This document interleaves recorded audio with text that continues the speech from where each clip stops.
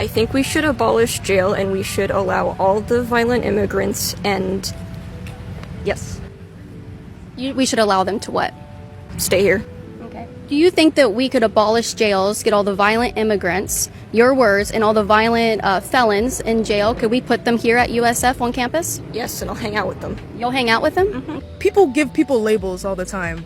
And no, they named themselves, like they named their own gang MS-13. Yeah, but you saying violent, which I understand, but gangs are there for a reason. Gangs are there for community, and they're there because, listen, gangs are formed for a community. They're formed because they're lacking something, and that they cartels and trafficking and trafficking and gang. No, that's a byproduct of human evil. That's not what gangs... I'm saying gangs in general, not MS-13. But you're okay with American citizens going to jail for committing crimes, but you're telling me that when someone that's not an American citizen comes over and commits a crime, they should be allowed to stay. They should be able to go to American jail. So you want them to be housed in American jails? Yeah, they did the crime in America, didn't they? Why would we house them in American jail and pay American taxes to take care of them when they shouldn't be here? Gangs are for community. They talk about men don't protect. This is a byproduct of protection.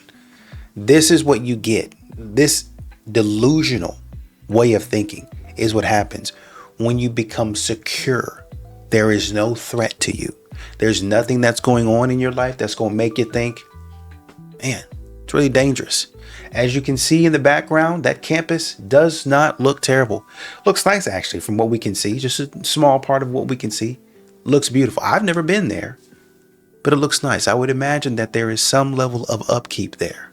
So when you surround yourself and when you walk around that type of stuff, you can just walk into the cafeteria and get what you want. You can walk into a deli on campus and get whatever you want. Your level of thinking about threats is probably minimal. And so you make statements like this. I was just at the gym and this guy kept staring and just looking over and smiling at me and just making eyes at me the entire time. Mind you, this is the same man that I saw when I was walking towards the gym in the morning. And not only did he rush past me, which, you know, I gave him the benefit of the doubt at the time. I was like, okay, maybe he's gonna open the door for me. That's a good sign, right? No, this dude rushes past me, opens the door, walks in, not even holding it open for me, not even looking back to see if the door is gonna hit me in the face. Like, that is so unattractive. Not only if you're trying to hit on a girl, just as a general note, being a man, not opening the door for a woman, like, you know, your mom, your sister, your friend, a stranger that is walking behind you, like, that to me, I just don't understand this new 2025 mentality of men. It's like they take pride in being nonchalant. It's like they take pride in not having to open the door for a woman. Like, you should not take pride in that. That's actually embarrassing, in my view. You're a grown-ass adult, and you still think that's okay. I don't know. It's not like you had a chance, buddy. I'm taken. I'm not interested. But I'm just thinking about other girls you're probably going to hit on or stare at the gym. Like, trust me, that is not a flex. Food for thought. Are you a guy who is afraid to approach women in public and shoot your shot because you don't want to come off as a creep? I am here with a PSA on behalf of all of us women, nice women in public who are trying to find, you know, a good match somewhere, and Hinge is not cutting it. So, number one, it's okay to be worried about coming off as a creep, because I'm sure if you're a guy that's very respectful and has a lot of female friends, you've heard stories from them about being approached by creeps. And so when you hear those stories, I think, and this is just me guessing, but I would guess that it's kind of making you more and more resistant to approaching a woman in public, because you're like, God, that sounds horrible. And I don't want to be like that. I don't want to make someone uncomfortable like that. Well, let me tell you how to approach without making someone uncomfortable. So number one, open with a fun question. Opening with just a hi, hello, you know, it tends to get people to put their guard up because they're kind of like, what's coming next? What do you want? Are you about to say something really creepy to me? So if you open with a fun question, it automatically sets up the conversation as being a friendly one. And so if she engages, you could tell that she's interested in talking to you. One, if she engages, it doesn't necessarily mean that she's interested in you. But what it does mean is that she's down for a fun convo. And then suss out the vibes, once the ice is broken and you've been chatting a little bit more. And I can make another video about how to suss out those vibes. But today we're talking about how to open it up. And so start with a fun question. So one of my favorite ways to open it up, and I've done this on guys myself, and not gonna lie, it's worked like 100% of the time. 1, just say, my friend and I were having a debate about XYZ, and I need someone on my side to tell him that he's wrong. Or say, I need another person to weigh in. This is fun, this is playful, it's competitive, and it invites good conversation. So you are gonna wanna choose silly, fun topics for these debates. And some examples, and feel free to steal these directly, are, is a hot dog really a sandwich? Or aren't pancakes and waffles technically the same food because they're made out of the same batter? Those are just generic ones, but make it anything you want. And you can tell that she wants to talk to you if she replies in a way that shows she's engaged. So one of those signs is eye contact. The second sign would be passionate opinion in either direction. If she just says, I don't know, and turns away, she's not interested. And that's a shot missed, but guess what? Shooters shoot. And you don't make any of the shots you don't take. Wayne Gretzky, Michael Scott. So get out there and start shooting, boys. We want you to, okay? We really want you to. What's funny to me is that a lot of these modern women, especially when they're trying to coach men on approaching women, have become Ron Burgundy-esque. That is, men, just go out there and do it. It works most of the time. 20% of the time, it works every time. Okay, you guys, my friend is moving in with her boyfriend. They've been debating how they're gonna split rent, and I'm polling the internet now so we can put this debate to rest, okay? She is team equitable rent. Because he makes a little bit more than she does, she feels like the rent should be split equitably. So if he makes 30% more, he should pay 30% more of the rent. And he is team 50-50. And his logic is that they're going to use the space equally, so they should be splitting the apartment equally. And I'm really curious what you guys would do, what you guys would think, and we're going to use the comments to help her make this decision. So there's a back and forth in the comments about whether it should be 50-50, whether it should be 70-30 split, depending on who makes the most money, they pay the most rent. You have women in the comments saying it's 50-50, y'all are roommates until y'all get married, yada, yada, yada. One thing I will say, which is a good question that I've seen in the comments, is if the roles were reversed and she was making more money, then what would be the question then? What would be the outcome? Feminism is the greatest thing that ever happened to me. I was married to a very rich, like really, really rich woman, probably closer to the billion range. And when I divorced her, I got half of everything she owns. As a matter of fact, I even got the house. I'll show you some of my cars. It's actually pretty cool. Anyways, people think feminism is a bad thing because we're always looking at it from the side of men, where you take a guy who's rich and a girl takes 50%. But those guys are dumb. They worked for their money. All I had to do is marry a rich woman. She was like 30 years older than me. I made her fall in love with me, and then I divorced her, and look at my life. Ferrari, McLaren, I have tons of cars in the driveway. I got a massive mansion. As a matter of fact, the movie theater's right here. I don't even know how to use it. She always turned it on for me because I didn't know what I was doing. But check this out. I'm a millionaire by feminism. You already know. You already know how the game go. Women in the comments gonna be upset about it. Dating apps are really starting to make me question my attractiveness level, because when I'm on these dating apps and I swipe right at men that are physically my type, their credentials or their bios are my type, I never match. Maybe 1 or 2 out of 10 times. Maybe. And then on the flip side, the guys that are in my queue that swiped right on me, literally I'm sitting there respectfully. I'm like, all of these guys are 4 and 5 maybe out of 10. And I'm just like, what would make you think that you and I would match? We would never cross paths in real life. And I hate to say it this way, but this is a safe space. And I'm just like, am I ugly or is it the algorithm? Because I don't get the men that I see other women have literally met their husbands and their boyfriends on the apps. I don't get those types of men. And if I do, we never match. And so I'm sitting here, I'm like, 1, are my standards too high? No. 2, am I unattractive? No. So then it's the dating apps. It's the algorithm. do I have to start paying? I don't know. I'm really just having like one of those moments where I'm just like, am I ugly? Or is it the dating apps that make me feel ugly? And then I remind myself I'm not ugly, but like, it's weird. It's weird. And I just wish that, you know, I could just meet people outside organically at Trader Joe's. We're reaching for the same milk and like fall in love happily ever after. But no, I'm on these dating apps that make you question your attractiveness level because you can't match with anybody that is at your level, but every guy who is dusty crusty wants to match with you. And I'm sure they're great men, but not for me. So I'm just like, I guess I'm unattractive. Well, I'm gonna go out on a limb and say, if you're posting videos like this, then they might actually be in your wheelhouse. Y'all might actually be in the same sphere, you know, just saying. And once again, this isn't something that was buried. This was the third video. She just posted this 40 minutes ago. 40 minutes ago.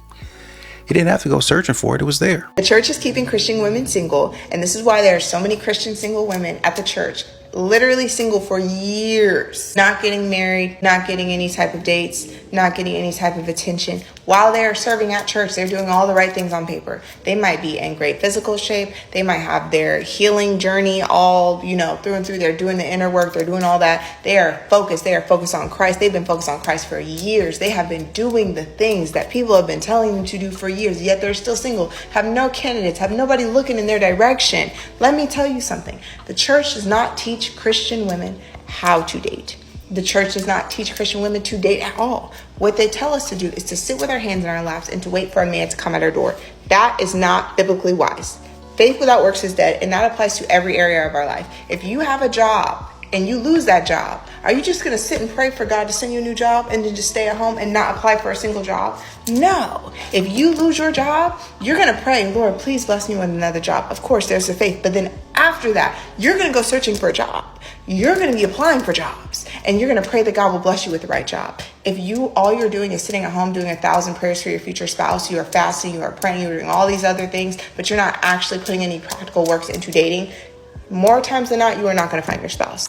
You know, it's never going to be, it's never going to be their fault for what they get on here and say. It's always going to be somebody else's fault. Oh, the church is keeping me single. My job is keeping me single. Buc-ee's is keeping me single. Hooters is keeping me single. What else can we think of? The NFL is keeping me single. Anybody else other than me taking accountability for what I would do and say, for how I present myself and I show up as a person. To be fair, I do like your point about going and applying for jobs. But a lot of times, the men in the church, even if it's just an old man, they've told you how to apply for the job. Your pastor has probably told you how to apply for the job. The deacon has probably told you how to apply for the job. Especially if you find, they've talked to you about how to apply for it. You're such a beautiful young lady. How come you don't got a man? Well, you know, my standards are high. I get it. Well, you know, I just ain't found the right one. I get it. Well, you know, I hadn't seen anybody out there that meets my standards. I get it. I understand it. So at some point in time, once again, we have to take accountability for what we're putting off, for the things that we're not accepting. You don't got to accept no trash man, but sit up there and act like people haven't tried to help you out, haven't tried to help you find a man, is crazy. Men have completely lost the point, the plot. They've lost everything. I'm probably gonna go on a few rants because I'm getting ready to go to a game night with my girlies and then obviously club after. I say that because like I got a DM from a guy, you know, replying to a story that I posted, and he was basically, you know, saying that I was gorgeous, and I'm like, thank you. And then he proceeds to have a normal conversation with you. Mind you, don't know this guy. And the first thing he asked me was like, okay, like, what are your weekend plans? And I'm like, touring, because I want to see where this conversation is going to go. Like, I'm touring apartments. I'm like, you? He's like, going to something game tonight. And I'm like, what are you talking about? Because the message was misspelled a lot. So I was just like, huh? I don't know what you're saying. I don't know what you're talking about. And then he's like, football. And then I'm like, okay.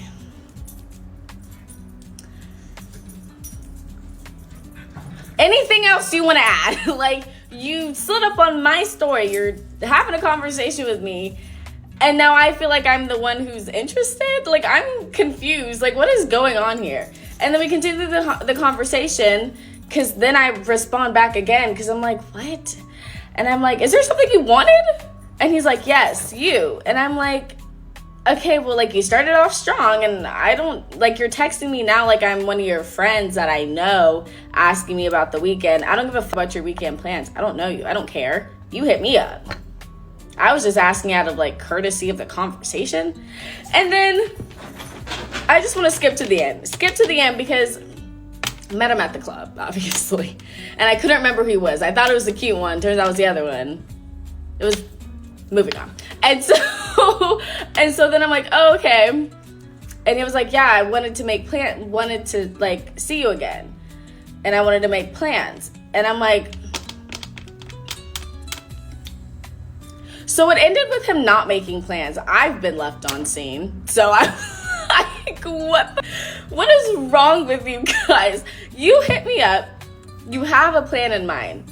I give you the platform. Mind you, I don't give it to anybody. I don't give it to everybody. I was just in a good mood. You just so happened to get it.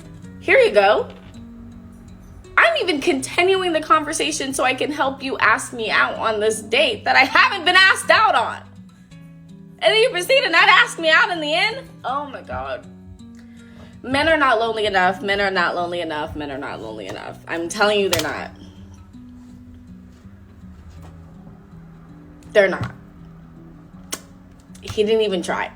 He didn't even end up saying what he wanted to say. I think I was supposed to ask myself out by saying, I don't even know. But I think at that point, his plan was to somehow get me to ask myself out.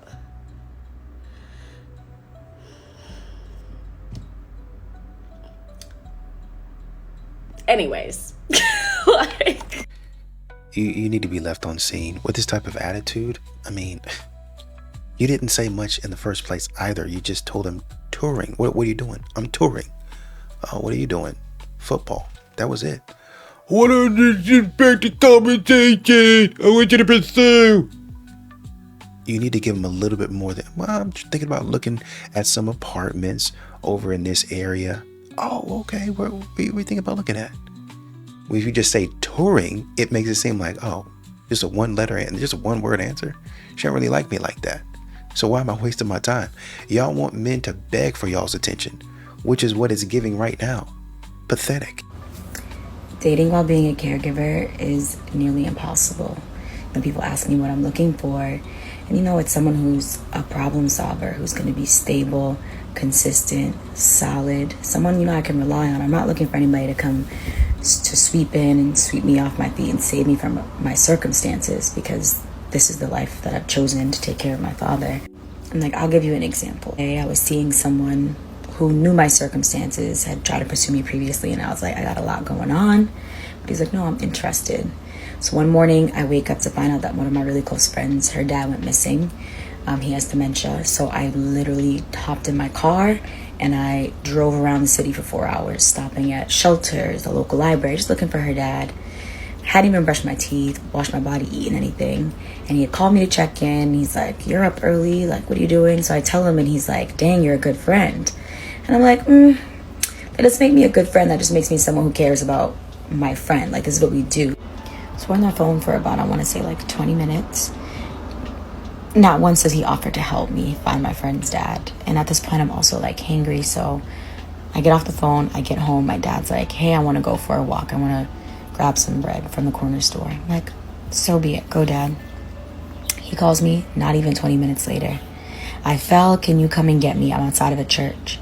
So I sprint out of the house. I'm looking for my dad. There's like 4 churches in the area. I find him at the second one, thank God. I, get him up, get him home, patch him up and everything. And I finally lay down. Now this is like almost 5 hours of me just like being exhausted, and like exerting so much emotional energy. And I text the kid and I'm like, you're not gonna believe this, but I got home and my dad fell.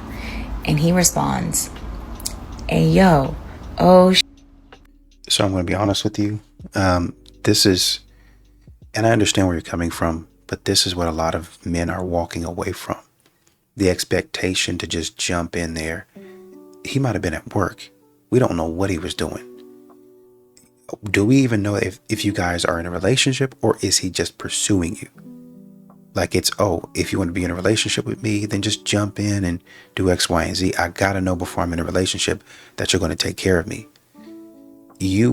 This is actually a duty of a husband or a fiance to drop everything and then say, let me call into work, or let me stop what I'm doing. Once again, we don't know what he was doing, right? And then say, okay, let's go look for him. Let's go do this, and this. I understand what you're doing, and it's commendable. But I think, once again, we expect men off the bat to do things for women. But then when it comes to a man saying, hey, can you make me a sandwich? Can you cook? I don't do that. That happens, or I'll think about that when I'm a wife. So now he's a bad guy because he won't come and help you look for your dad. But you're not a bad guy, or you're not a bad woman when you don't make a sandwich for the man. That man can go out there and do everything that you ask him to do, spend the day, and you won't even make him a sandwich. I would never pass up the opportunity to repost something about how men are horrible, awful, and stupid, especially if it's a woman that's pregnant or giving birth and talking about how her husband's literally in the room over cheating on her while she's getting a C-section, literally getting cut open, and he's swiping on Tinder. I get videos like that all the time. If I could never meet another man in my entire life, I think I could genuinely get off my bipolar medication. I would be the best thing for me. I've never met a nice man. People are always, if you start talking to me about anything positive about a man, can't hear you. I'm not believing it for a second, because I know the one thing that your husband's doing nice to you, he's doing 10 more things that would make, at least it would make me freak the hell out. I am not believing you for a second. My husband is a pretty nice guy though, but I think it's genuinely because I am really mean to him and I do not let him get away with anything. The second he does something that makes me upset, oh yeah, he's hearing about it. He's hearing about it every single time, and probably multiple times. I used to give men so much grace, and I really was kind of a pick-me, because I seriously thought that like the nicer I am to men, the more they will want me. And I thought like a man wanting you was like the most like desirable thing, like to be desirable to a man. And I don't know who taught me that, but that's horrible. And I really don't know where I got that from. But anyways, now we're in the situation where I literally cannot respect men, and I don't ever want to see another man ever again besides like my husband and my son. They're like good. But other than that, I don't want any other man to come up to me. So somebody in the comments said this much resentment will culminate in a divorce in about 5 years. Give or take. I would say what she's saying on the internet is probably not true at home. So what she's saying on the internet is probably what she's thinking about doing versus her communicating effectively, right? So you can not like something that somebody does, and you can go over and say, hey babe, could you maybe do this next time? Or I wasn't really sure about that. Could you try doing this in a nice, respectful way? And the person, oh yeah. Some days you're gonna be mad and you're gonna say something some way that you probably need to say it a little bit more nicely with grace. But partners usually give the other person a little bit of leeway, because sometimes you up and down, right? And he probably knows about your condition. So that's what factors into it as well, right? I want you to understand that he knows about your condition, and it gives you extra grace for that. But women get on here and they talk about what they want to do, what they think about doing. And in their head, it seems like, oh man, I'm being this way, I'm being that way. But dudes are blunt with each other all day long. And so if you come out and say, hey, I need you to do this, versus passive aggressive leaving signs around the house, you're communicating so that he gets it. He's probably enjoying that. How do you respectfully ask a man his height before meeting him? I can't deal with the surprises anymore. I just can't do it. But like, I can be blunt. I know obviously I can be blunt and be like, hey, like I just want to know like, how tall you are, how short you are. But I feel like that's like so mean. Like it feels too mean. So like, how do you like indirectly ask?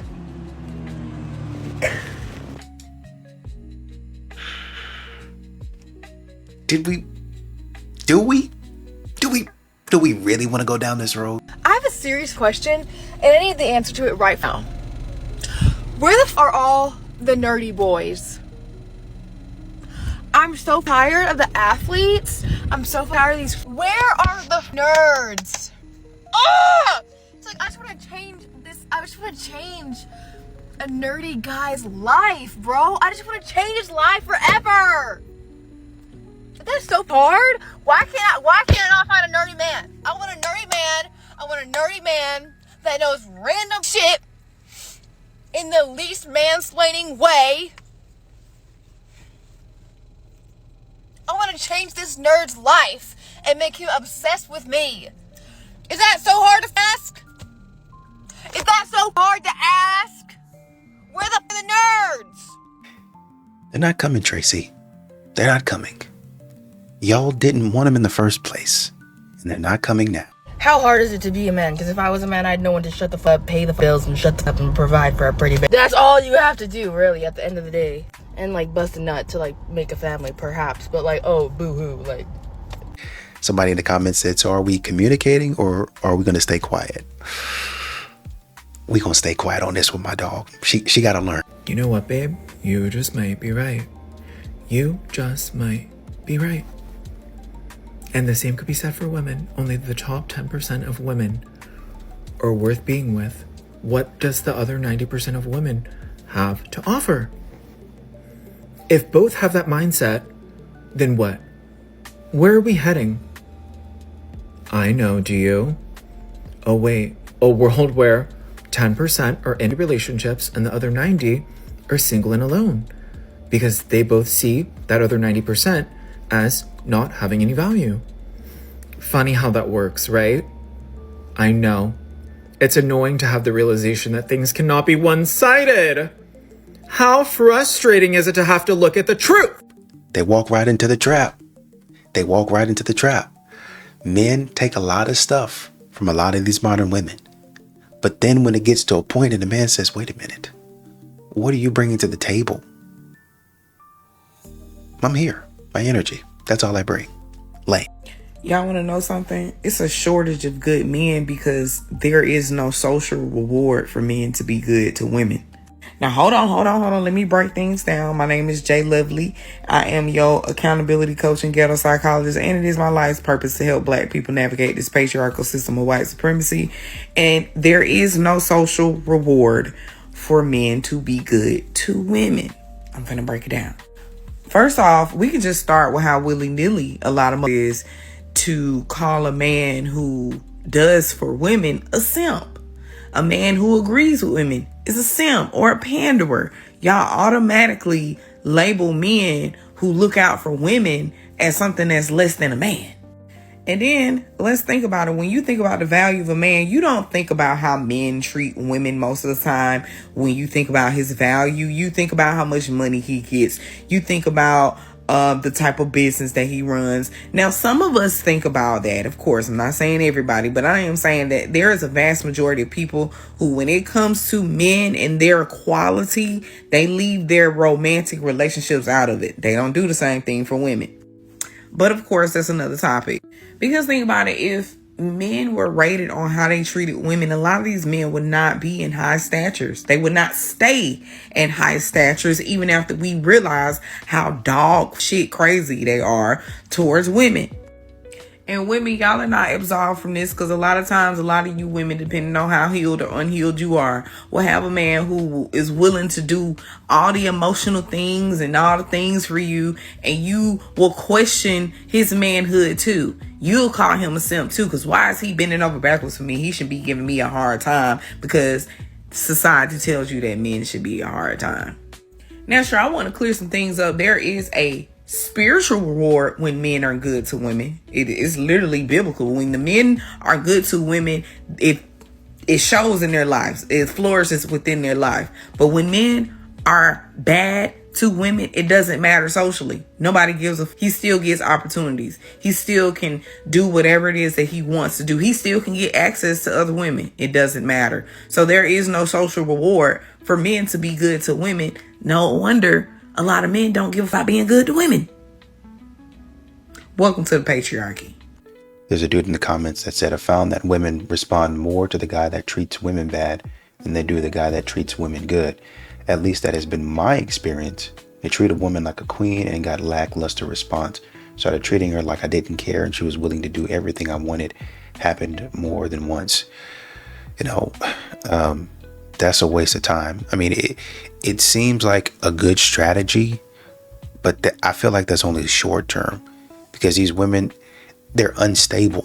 They're unstable emotionally. So they're going to figure out a way to mess you up down the road, right? You're going to always have to trick or play some type of game with them in order for them to pay attention to you, instead of them just being good, decent people and doing what they already know how to do. Today, my daughter learned 2 very important lessons about life. Number 1, don't use your money when you can use a man's. And number 2, men be lying, okay, constantly. Let me tell you what happened. She got a slip home from school today that said she needed $10 for a field trip. I said, cool, I got $10. But then I thought, you know what? Now would be the perfect opportunity to teach her. You don't have to pay for nothing when you have men in your life, right? So I said, we're going to call all the boys. We're calling uncle, we're calling both grandpas, and we're calling your dad. All right. So we start with papas, because papas, they're the easiest ones, right? Start them slow, guaranteed results. First papa, she doesn't quite know that you can't just ask for money on the hello, right? So as soon as he answers, she goes, hi, papa, I need money. Luckily, this is the papa. He really don't give a damn. He said, how much you need? She said $10. He said sent. She sees that it pops up in my text thread. She says, thanks, papa. Okay, next. Click. He texts me, he said, did she say next? I said, yeah, she did. So I have to teach you to be a little bit more subtle. So I say, when this papa answers, ask about his day. Then ask for money. So she does. He answers. She says, hi, papa, how was your day? He says, my day was good, sugar. How was yours? She said, my day was good. I need money. She did ask about his day. All right. We're working on it. He says, okay, how much you need? She said, I need $10. He said, what's this for? She said, a field trip. He said, when you need to buy. Now, at this point, I'm realizing it's too many questions happening. I'm going to have to talk to him about that. But he does send the money. She opens a text thread. She said, did you send it yet? He said, no. How do you want me to send it? She said, Apple Pay. So he does send it. She sends him a cute little voice message and says, papa, you're the best. And she gets her money. Now she's excited. She hyped. She's like, oh, I only needed 10. Now I got 20. Let's keep going. She calls her dad. Her dad answers and gives her a whole lecture about how she shouldn't be asking for money. I don't like that, right? Not only that, her dad says he's going to send it at the end of the call after this long lecture. And he never sends it, right? She checking, he don't send it. She said I call him back? I said, no, we don't ask twice for money. You never ask twice, right? So she said, okay, uncle. Call uncle. He answers. She says, hi, uncle. How was your day? Great. My day was good too. Can I ask you something? Can I have some money? Perfect. Perfect. He says, of course. How much you need? She says $10. He said, how you want me to send it? She says, Apple Pay. Sends it right on the spot. Not only that, she learned how to request it. So all he had to do was press accept. I said, my girl's learning. She's a quick study. Okay. He sends the money. Now at this point, she got $30. She's hype, real hype. She said, but wait, my dad didn't send me nothing yet. I said, let me look. I checked. I said, you're right. He ain't sent nothing. She said, he lied. I said, did he? She said, yeah, I don't like that, because he said he was going to send money and he ain't send the money. Should I call him back? I said, no, remember, we don't ask twice for nothing. Okay. She said, well, I'm going to have to tell him about lying because we don't lie. Period, Gray. Period. We don't lie. She said, I really don't like that because that's my dad. How he can't send me $10? Right. How he can't send you $10? She said, he got $10, right? I said, and he do? And he do? She said, men be lying. You're learning fast. This is a dangerous road to go down. Somebody in the comments said, a woman probably said, why is he lecturing her about asking for money when he's her dad? She's supposed to ask you, sir. Somebody then says, exactly, he's the only man obligated to actually give her stuff, yet he's acting like he's a stranger and she's begging. She's going down a slippery slope, a dangerous one. And I'll tell you how. So I was listening to, so I think it was Jubilee, maybe, I can't remember, but it was, I don't know if you guys saw that. It was like a billionaire versus 20 people or something like that. And one of the things that he said, which I hear a lot of wealthy people say, is, I'm making my kids work. You got to make them work. They can't grow up entitled and thinking that, oh, they deserve this. This is for them. Just because I make money doesn't mean that you're going to automatically make money. You need to be working, period. And so when you teach your daughter this, she's going to think that all men are going to be doing this for her. And she's going to go out and she's going to find a man that says, I'll oblige. You're cute enough. I'll oblige. And then he's going to start giving that money because it doesn't really mean a lot. Well, I need $500. And then what you're going to see is after all of the bags and the cars and the clothes and the shoes, the bill is going to become due. The rent, quote unquote, so to speak, is going to come due. You're going to need to start paying off some of these debts that you owe. That Louis Vuitton bag wasn't free. That Gucci bag, that Coach purse wasn't free. Those red bottoms, something came behind him. And when he doesn't, all I'm going to say is be careful out there. So I just want to make a follow-up video because I feel like there are so many comments on the last video and there's not even just one in particular that I want to respond to. I want to respond to all of it, to be completely honest. And I just want to make sure I let everybody know that I'm not trying to be tone deaf. Like, I do understand that men and women are different. Y'all have different experiences. And then as it relates to dating, the requirements for y'all are higher risk in a way because you have to do more to gain access and like put more on the line. And I understand that. I do understand that. But the question that I have for you is, what do you get out of telling yourself you can never do something again because it didn't work out? What does that do for you? There are so many men saying, oh, I would never do that again. You're wrong. Men are just wired differently. Okay. If that is what you want to tell yourself, if that's what you want to teach your sons, if that's what you want to tell your friends, if that's what you want to tell your brothers, if that's what you want to tell your fathers, okay. But me personally, I don't want to tell men that. And I am not going to subscribe to telling men that. I think there's so much power in the tongue. And then there's a lot of people quoting scriptures and talking about God. And God told us to lead in love. He didn't say when you get hurt to say, oh, I can't never do this again. This is too much for me. That's not in there. Jesus actually said love is the most important commandment above all else. So the fact that I'm coming out here and promoting love and saying like, hey, you can be of love more than what you realize. And I just want to remind you of that. Then the other thing is all this wiring. Men are wired differently. We're all animals. We were domesticated. In our domestication process, we decided how we wanted to act. Like, we are all out of our natural instincts for the most part. It is not natural for us to go to school or go to work or to do most of the things that we do. We have been taught to do those things. We have been taught. We have been wired to do those things. So then when I come on here and say, hey, you have the possibility of wiring yourself to believe, even if something does not work out, you can do it again. And there's all this pushback. You don't believe that you can like do more than what you've done? And no, I'm never saying like to just have all these lovers. If we could live life where we just have one lover and that's it, cool. But that's not how society is working at the moment.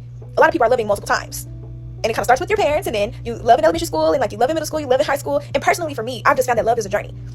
And it continues to extend itself the more I'm willing to learn and take away from it. Do I wish that there are some instances where I could have stayed and like worked things out with people that I love? Absolutely.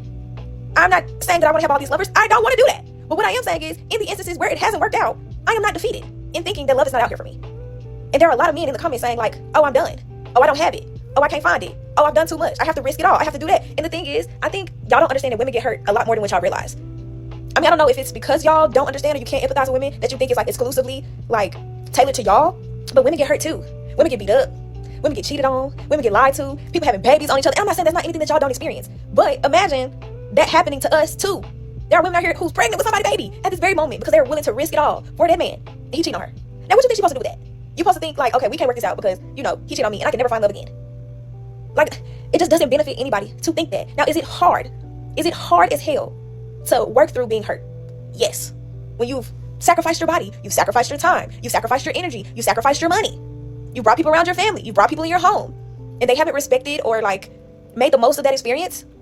And now you feel vulnerable and you never want to feel that again. That is a shared experience. I'm not saying it's the same. I'm saying it's shared. And because that we can relate to each other.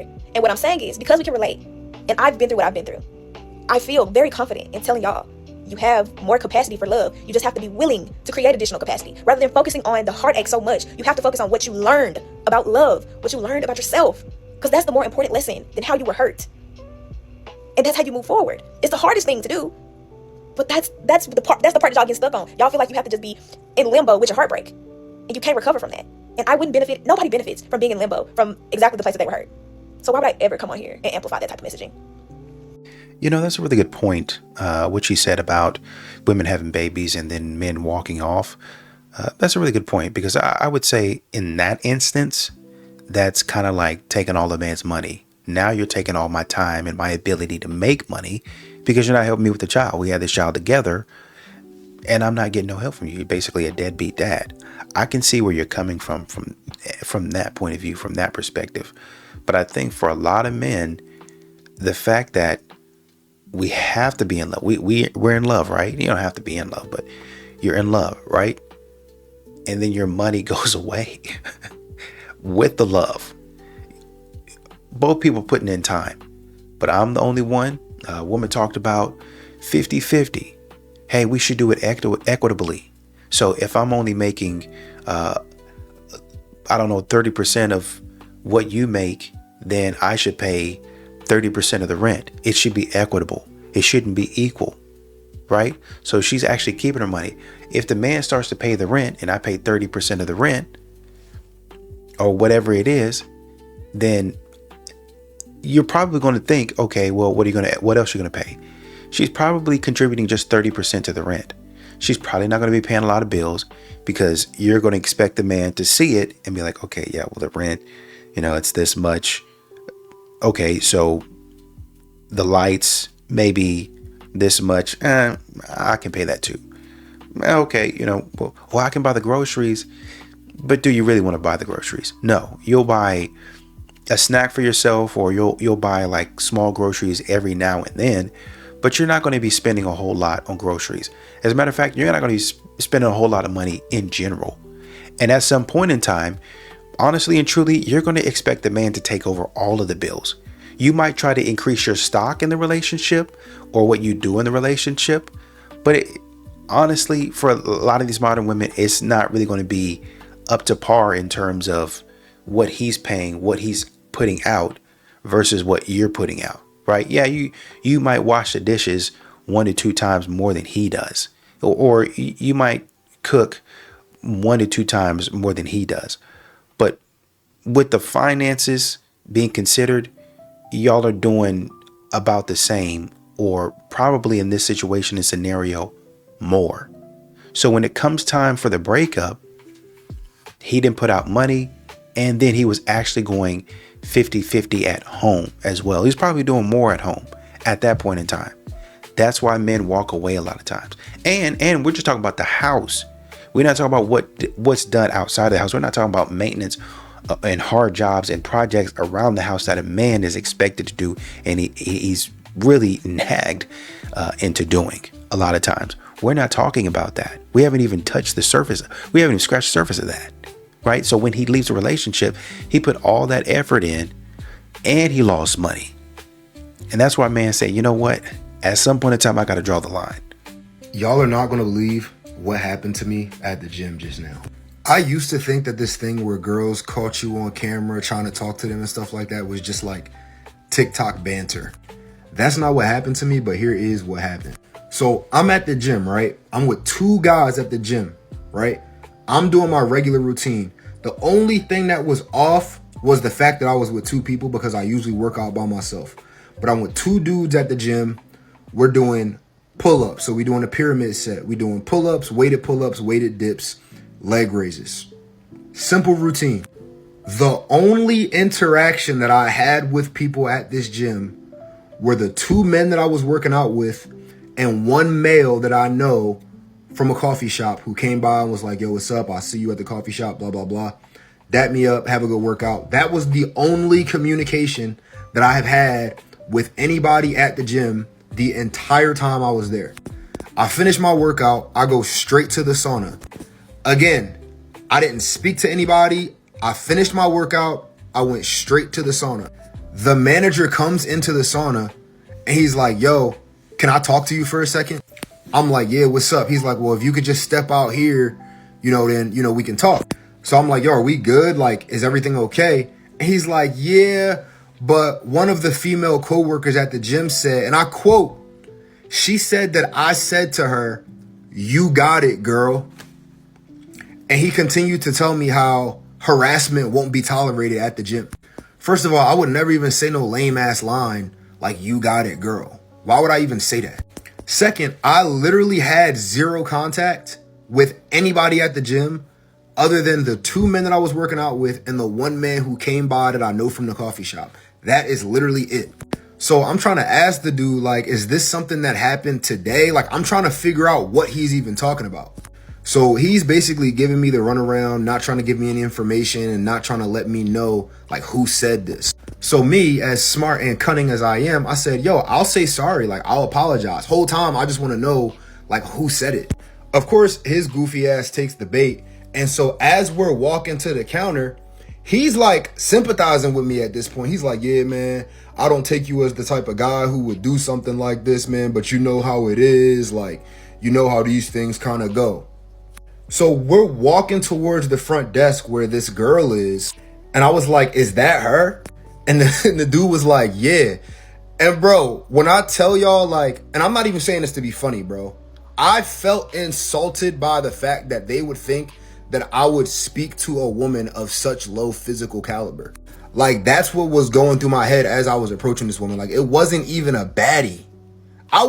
If it was a baddie, I could see, like, damn, maybe I did say something, like, or I did a head nod, or I looked a little too long or something like that. I could have maybe, in some possibility, like, understood why there was this confusion. But when I looked at this woman, I said, there's no way. I said, there's literally no chance. So I go up to her and I'm like, yo, I have never seen you before, but like, if I had my headphones in, maybe I was singing a song, or like I was talking to my boys and you thought that I was talking to you. Like, I apologize if I made you feel uncomfortable. So, you know, I'm trying my best to keep a calm demeanor, keep it cool and everything like that. But yeah, I had to cancel the membership though. I had to cancel the membership because, first of all, in 2025, everybody knows you don't approach women at the gym. So now I feel like you're insulting my intelligence. Second, you're insulting my standards because I'm talking about y'all, like, not a chance. I'm like, y'all, like, common sense would tell you that I would never have even spoken to this type of woman. Third, the manager knew this was because he was sympathizing with me as we was walking out, talking about, yeah, man, you know how this is and all that. And so the reason that I'm making a video is for you fellas out there. We really live in a state where, like, you can be completely minding your business, and because a woman is having a bad day, your reputation can basically be threatened in like the blink of an eye. Like, bro, harassment is crazy. Number one, I didn't even speak to this woman. I've never even seen this woman a day in my life. Like, even in all the other times that I've been going to this gym, I have literally never seen this person. Second of all, if I did say what y'all said that I said, which was, you got it, girl, we're calling that harassment. We really gotta be careful out here as men, bro, because, like, it's wicked out here.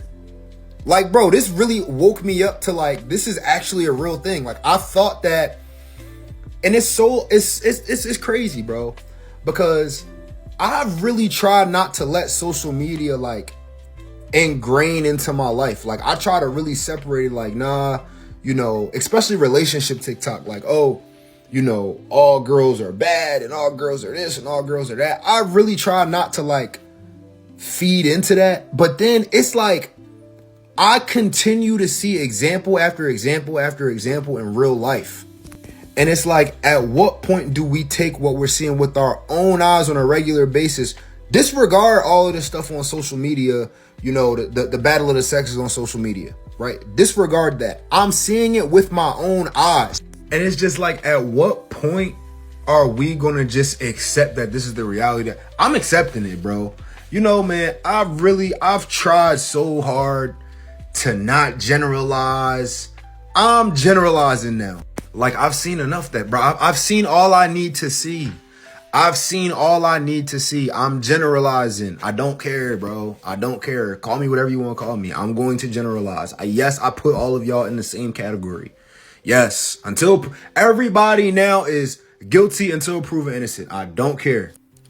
Dude in the comments said, you handled the situation well with the exception of apologizing to that female.